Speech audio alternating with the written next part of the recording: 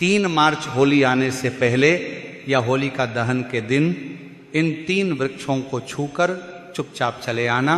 कंगाल भी बनेगा, धनवान इतना पैसा आएगा कि संभाल नहीं पाओगे, जन्मों जन्मांतर की गरीबी हो जाएगी दूर।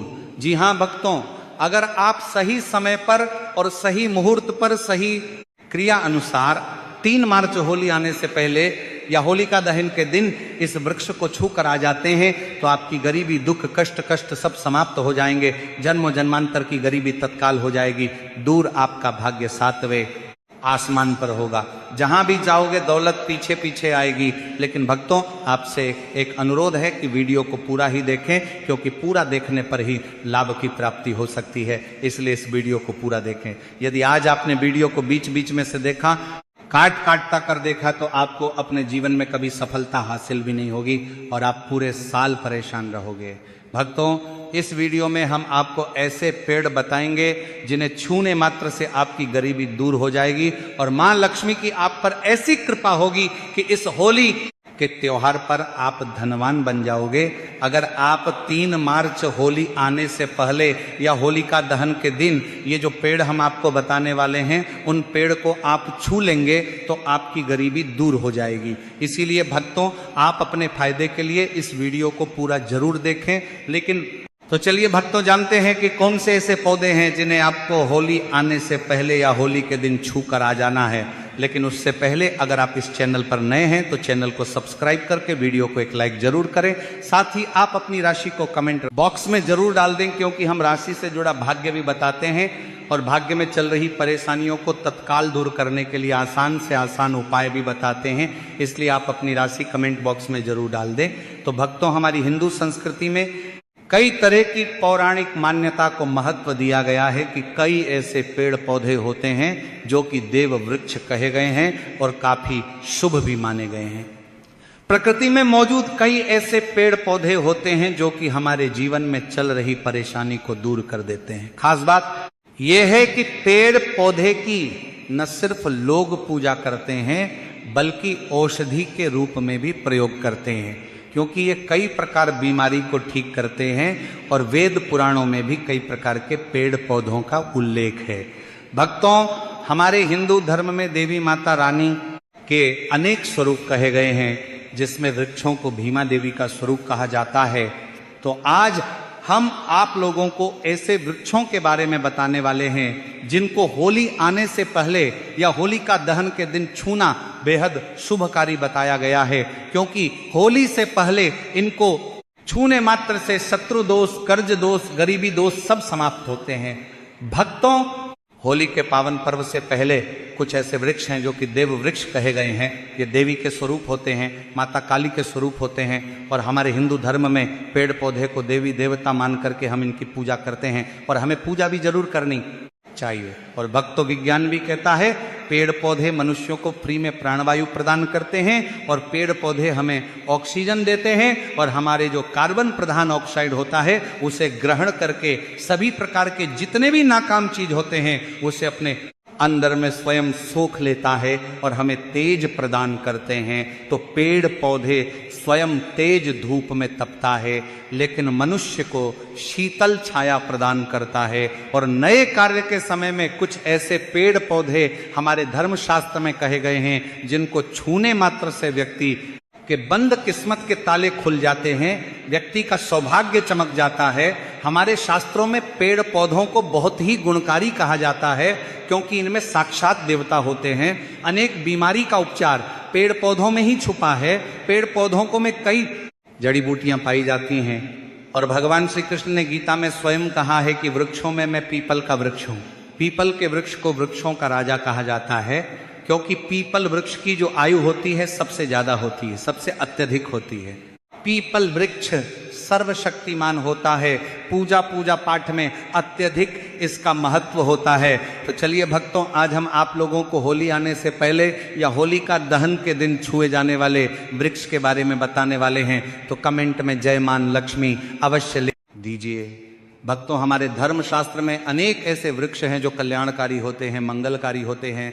अगर इन वृक्ष को छू लेते हैं तो आपकी सभी प्रकार की परेशानी है कि कष्ट है, ये सब समाप्त हो जाते हैं। खास करके 3 मार्च होली आने से पहले या होलिका दहन के दिन इसका असर कई लाख गुना होता है, क्योंकि इस समय इस अचेत जो वस्तु होती है वह भी चेतना युक्त हो जाती है, अर्थात इस समय शक्ति हमारे धरती लोक में आ जाती है। तो जितने भी पेड़ पौधे हैं, जीव जंतु है, चल अचल सभी प्रकार के जो वस्तु हैं, इन सब में प्राण आ जाते हैं, सब में शक्ति निहित हो जाती है, जागृत हो जाती है। तो इस समय कोई भी व्यक्ति पेड़ पौधे को जाकर के छू दें, खास करके देवी स्वरूप कहे गए जो तार पेड़ पौधे होते हैं, जाकर के आप इसे छू के आते हैं तो आपके जीवन की परेशानी है, दुख है, तकलीफ है, कष्ट है, रोग है, बीमारी है, कला है, जीवन में चल रही बहुत बड़ी समस्या है, सब समस्या समाप्त हो जाती है। काल, सर्प दोष, मंगल दोष, शनि दोष, राहु दोष तत्काल अपना असर दिखाती है और सब दोष खत्म हो जाते हैं। भक्तों, आज हम आप लोगों को 3 पौधों के बारे में बताने वाले हैं। ये तीनों पौधे देव वृक्ष कहे जाते हैं। वीडियो को ध्यान से देखना, अगर आज की वीडियो मिस कर दी तो फिर सारी जिंदगी आपको पछताना पड़ेगा, क्योंकि होली ही एक ऐसा पर्व होता है, एक ऐसा समय होता है कि आपको लंबी पूजा पाठ करने की जरूरत नहीं, बल्कि केवल कुछ ही दिनों के भीतर में ही आप अपनी समस्या को, आप अपनी गरीबी को स्वयं अपनी आंखों से समाप्त होते हुए देख सकते हैं। हम जिस देव वृक्ष के बारे में बता रहे हैं, ये सारे वृक्ष आपको अपने घरों के आसपास में बहुत ही आसानी से मिल जाएंगे। भक्तों, वीडियो में आगे की जानकारी बताने से पहले अभी तक कमेंट बॉक्स में जय माता लक्ष्मी नहीं लिखे हैं तो जय माता लक्ष्मी जरूर लिखना। तो भक्तों, कौन से ऐसे 3 वृक्ष हैं जिसे हमें छू के होली आने से पहले या होलिका दहन के दिन जरूर आना चाहिए? इसी के साथ भक्तों, हो सके तो होली पर जितना ज़्यादा हो सके देव वृक्ष की पूजा जरूर करना।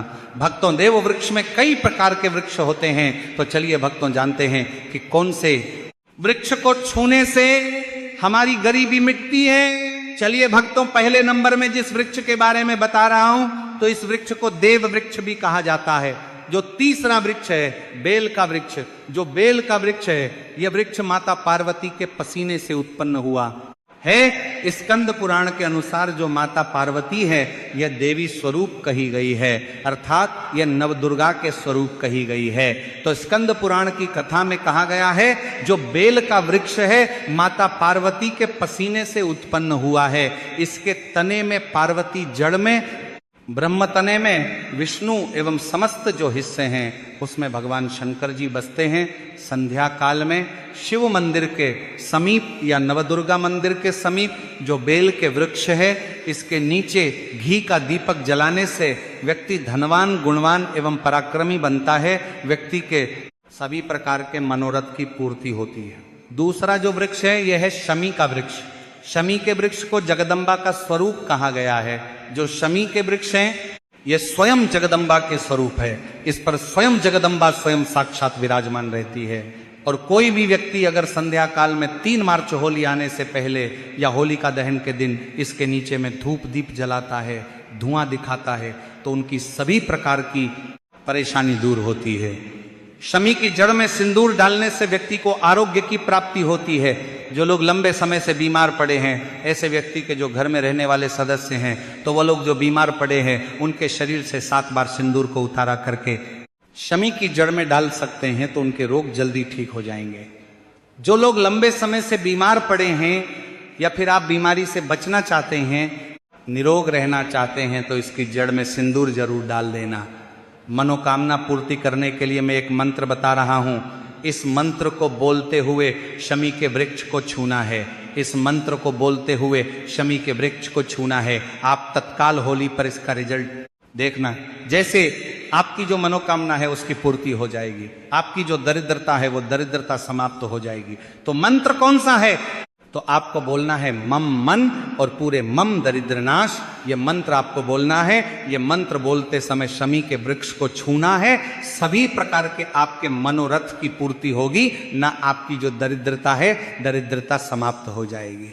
अब भक्तों बात करते हैं तीसरे वृक्ष के बारे में। भक्तों, तीसरा जो वृक्ष है वह परिजात का वृक्ष। परिजात का वृक्ष समुद्र मंथन से उत्पन्न हुआ था और यह देवराज इंद्र के नंदन वन में स्थापित किया गया था। परिजात वृक्ष भगवान कृष्ण ने मानव जन कल्याण के लिए धरती लोक पर लाए थे। जो परिजात का वृक्ष है इसे भी मां लक्ष्मी का स्वरूप कहा गया है, क्योंकि माता लक्ष्मी भी समुद्र से उत्पन्न हुई है और परिजात के वृक्ष भी समुद्र से उत्पन्न हुआ। इस नाते यह माता लक्ष्मी की बहन कही जाती है। तो ऐसा माना जाता है कि कोई भी मनुष्य उनके शरीर में कितनी भी ज्यादा थकान हो, कितनी भी पीड़ा, व्रत के दौरान अगर आपके शरीर में थकान है, पीड़ा है, तो पारिजात के वृक्ष को शाम के समय में छू के जरूर आ जाना। आप चाहे तो 3 मार्च होली आने से पहले या होलिका दहन के दिन और किसी भी समय जब आपको समय मिले उस समय में जाकर के इस वृक्ष को छू सकते हैं। इस वृक्ष को छूते ही तत्काल शरीर से पीड़ा है, जो थकान है, सुस्ती है, कमजोरी है, वो समाप्त हो जाती है।